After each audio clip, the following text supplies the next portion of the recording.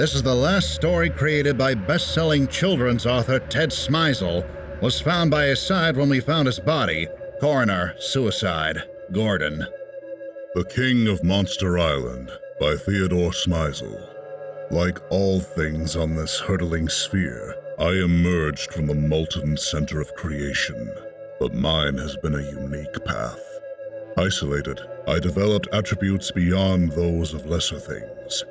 Peaceful millennia passed until our home was struck by a vast celestial stone. The force of contact plunged our idyllic sphere into a chaotic garden of death. Light was life, and black chunks of death had filled the skies. With great haste, I set to the task of preparing an environment in which I could sustain the lesser things. With flora and flesh, I would find sustenance. At the center of the great ocean, I would ensure that life would survive. Then came an era of pristine beauty and blessed quiet. Our sphere lay dead under a glistening pearl coat, but life prevailed through my will. I lived and fed on the lesser things, growing from the center. But the peace was all too brief.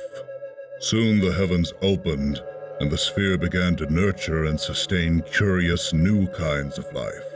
All were lesser things, but there was one creature that stood above the rest. Unlike my things, the blood ran hot through this one's impatient heart. Its fragile shell belied a vicious nature, and its clever mind was quick to find new ways to control the sphere. In what seemed like a heartbeat, these things had proliferated in both numbers and destructive means. Another heartbeat, and they had brought their conflicts to my haven. By the time they had harnessed the most destructive forces on our sphere, I concluded it was time to leave my azure home. Long have I dreamt of traveling the spheres beyond mine, claiming them for the center's glory. I sent forth an airborne centrist to seek the rich energies I will require to tear away from my sphere's embrace. I have no wish to show these vermin the glory of the center, but should they task me, I shall cleanse the sphere for the greater good. I have grown restless in my youth and yearn to explore the other spheres that cycle endlessly round the glowing center of my world. I shall feed and I shall grow, as always, from the center.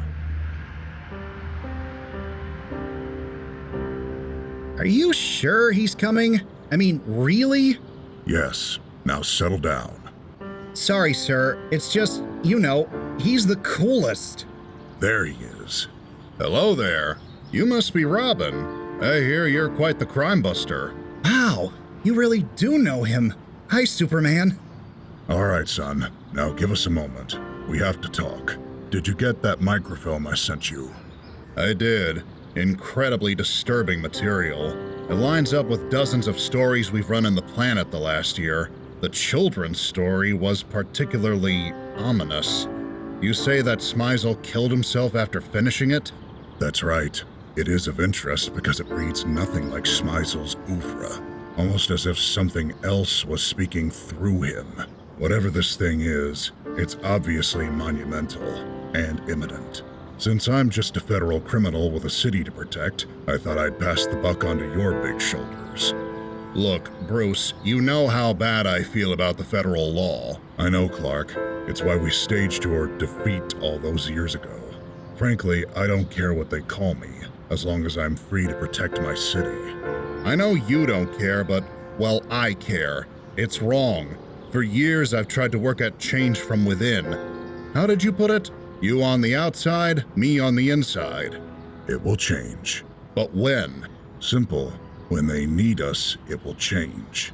Bruce, you're such a cynic. Which begs the question, what's with the new look and the sidekick? I set out to scare criminals, not children. As for the boy, well, I guess we're just two lost souls who found each other. I'll be seeing you, Clark. Take care, Bruce. And that's a snippet from Darwin Cook's DC: The New Frontier graphic novel, which was the basis for the animated film Justice League: The New Frontier. Both are great, and I highly recommend checking them out if you can. Don't forget to check out my original comic, Blazer, on DeviantArt. It's about a guy who finds himself on an alien world of elemental giants and the choices he has to make to survive. If that interests you, the link is in the description below. Let me know in the comments what you think of this dub, as well as suggestions for scenes that you'd like to see me dub. Have a most wonderful day, and I'll see you all next time. Take care.